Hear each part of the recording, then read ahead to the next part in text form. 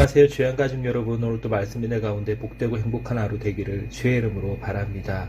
오늘은 보호하시는 하나님이라는 제목으로 신명기 24장 1절에서 9절 말씀을 묵상하고자 합니다. 세상은 끊임없이 남보다 강해야만 한다, 남을 이겨야만 한다, 남보다 높은 자리에 올라가야 한다고 하면서 우리를 유혹합니다. 그러나 성경의 법칙은 세상과 정반대입니다. 성경에서는 높아지려고 하는 자가 낮아지려고 하는 사람이 높아진다고 기록되어져 있습니다. 또한 강한 자가 되어 남을 밟고 올라서는 사람이 되지 말고 오히려 약한 자들을 불쌍히 여기고 돕는 자, 섬기는 자가 되라고 말씀하고 있습니다. 오늘 본문을 보면 하나님은 당시 시대에 가장 연약한 자라고 볼 수 있는 대표적인 사회적 약자들을 보호하는 규례들에 대해서 알려주고 계십니다.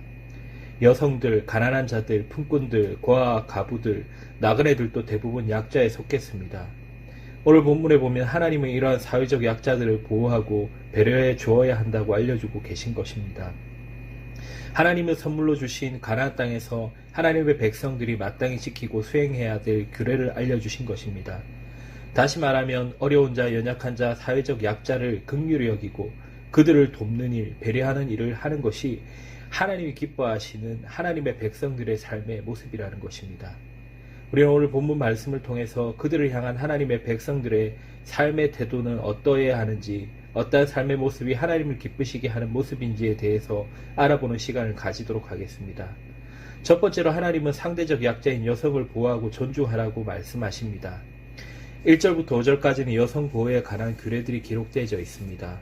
1절부터 4절까지는 이혼당한 여자의 인권을 보호해 주라는 말씀이, 5절은 결혼한 여자의 권리를 보호해 주라는 말씀이 기록되어 있는 것입니다. 지금부터 3000년 전에는 여성들은 사회적으로 남성들보다는 약자의 위치에 속해 있습니다. 특히 이혼한 여자에 대해서는 사회적으로 곱지 않은 시선은 물론 궁핍한 삶을 살아가야 했습니다. 그런데 당시의 모든 이혼은 남자인 남편이 일방적으로 여자인 아내에게 요구되거나 통보되었습니다. 이러할 때 상대적인 약자인 여성이 남편에게서 버림받는 일을 막기 위해서 어떤 이유에서든지 남편이 아내를 싫어해서 이혼을 요구하면 그 이유가 합당한지 당시 성읍의 장로들이 판단을 했습니다. 그 이유 사유가 합당하지 않으면 장로들이 나서서 이혼을 하지 못하게 막았습니다. 그러다가 남자가 여성에게 부정하기 때문에 이혼을 한다는 주장을 하면 조사 결과 그 사실이 사실로 밝혀지면 이혼을 할 수 있었지만 그것이 거짓으로 밝혀지면 장로들에게 매를 맞고 아내와 평생 이혼할 수 없도록 감시를 했습니다. 하지만 남자가 지속적으로 이혼을 요구하고 도저히 여자도 역시 함께 살아갈 수 없는 경우가 생기면 이혼이 허락되었는데, 이때 남편이 아내에게 이혼 증서를 써주도록 했습니다. 이혼 증서가 남편과 합법적인 방법을 통해 헤어지게 되었다는 법적인 증거가 되었습니다. 이 이혼 증서가 있으면 새로운 남편을 만나서 재혼할 수 있었습니다. 고대 사회에서는 남편 없이 여자가 혼자 산다는 것은 저주라고 여겼고, 동시에 물질의 어려움을 겪기 때문에 생활의 궁핍함을 경험할 수밖에 없었습니다. 그래서 어쨌든 먹고 살기 위해서라도 결혼을 해야 했습니다. 그렇기 때문에 하나님은 이혼을 하면 합법적인 방법으로 이혼 증명서를 써주어 여성이 새로운 인생을 다시 시작할 수 있도록 배려하셨습니다. 한마디로 이혼한 여자의 인권과 삶을 보호해 주라는 것입니다. 그것만이 아니라 5절에는 이제 막 결혼한 여자가 있다면 이 여자를 위해서 남자가 군대에 1년 동안 가지 않아도 된다는 규례가 있습니다.